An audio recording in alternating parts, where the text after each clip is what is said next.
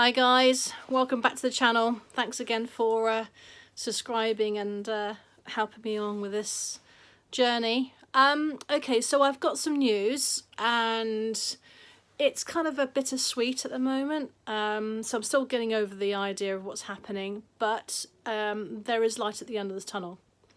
So I'm still off with long COVID.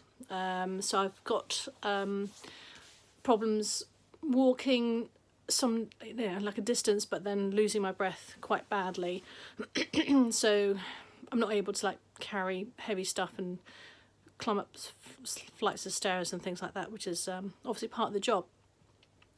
Very tired, achy, and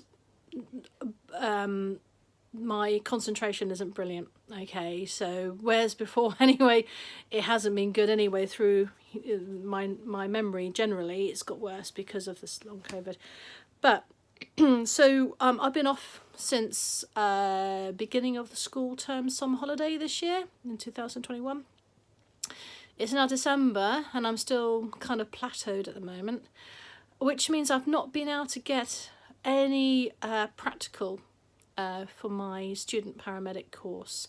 So I've done theory. We're just going through the trauma side of things at the moment, through the assignments, and you know, what happens to the human body when it's compacted against something, or what happens inside, and like anything catastrophic inside. So that was really good on the theory side of it. And in the uni when we went down to St Leonard's, there's like a Resusciani, and the students there were able to have little scenarios, and you know, this XYZ is happening, and all of a sudden there's a complication and they went into an arrest or something. So they kind of step onto the next part of the learning. So then by March, I believe it's March, they have their OSCEs next year, when it all comes together, and so they know exactly what to do, when to do it, what drugs to put in,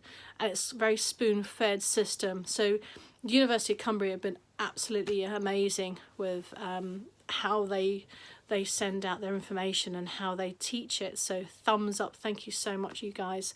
But sadly for me, my journey as a student paramedic has to be put on pause, not stop.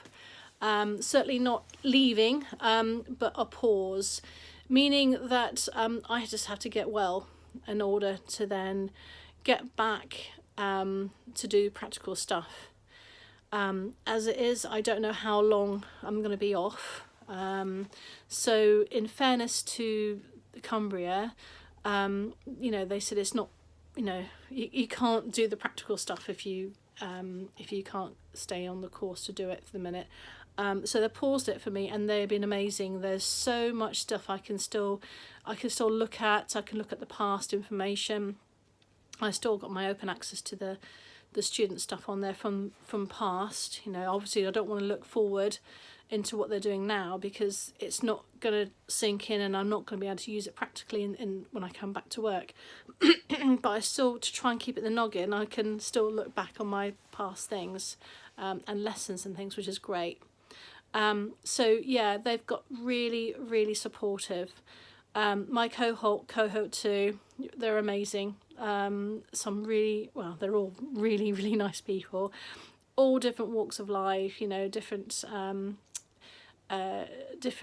ways of coming into becoming a student paramedic. They're from technicians to ECAs, etc. You know, love them all, they're great.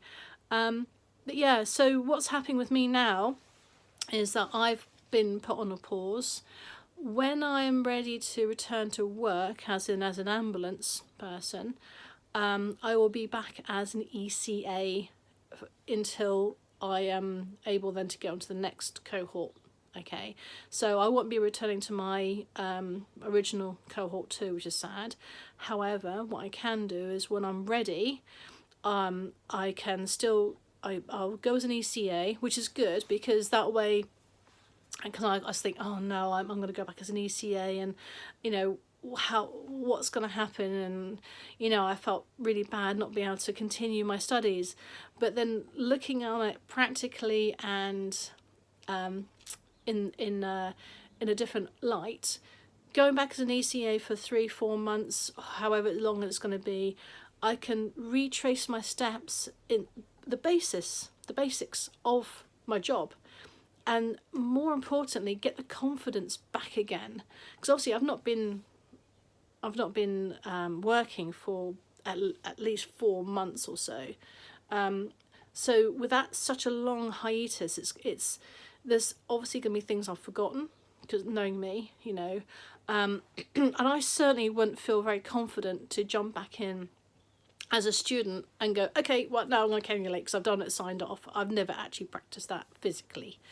So going back as an ECA for 4 months or however long it's going to be, get my confidence back to where I was before, so I'm happy in that role, but then still looking out as a student of what the paramedic's going to be making decisions of, for example, but not acting as a student paramedic. So there's no way I'm going to be able to do the cannulation. There's no way I'll be able to do what students do, yeah, because that's it. I'm not there, okay. So I'll be as an ECA, doing all the ECA stuff, so basically the same roles I did before I came as a student paramedic. I can still think as a student, so when we're trying to work out a problem, I can think, okay, how are we going to egress, what potential what potential drugs is the paramedic going to be using for this job, how they're going to access it, what colour cannula it's going to be, what grade, what gauge. I can think of all these things and I can discuss these things, but physically I cannot do them, okay, until I get the epaulets changed again. But I'm only going to do that when I am confident, okay. So it's a step back, but it's a safe step back for me and for the patient and for the trust in the insurance and everything else. And it's certainly not a stop, okay. There's no way I'm stopping this course. I've worked so hard for it, and it's just really unfortunate that I can't continue the way I want to do, because excuse me, like probably a lot of you out there, you work so hard to get to where you are at the moment, and to be told, actually, we're going to pause you, and potentially you won't be able to come back as a student for 18 months or something. Really hard hitting, but understandable. So I will wait until I am well, which is the first thing, which means I don't have to do any more assignments online. I don't have to do any more meetings online with the university, sadly. So I've had to say goodbye to my cohort through the WhatsApp group. But I've still been contacting with them, and guys, if you see this video, big hellos, love you lots. Please do keep in contact by email or by WhatsApp. I'll be so happy to hear from you. And a massive hello to Taya as well. She's been my absolute stone to hold on to in all this. Yeah, plus some other girls in that group.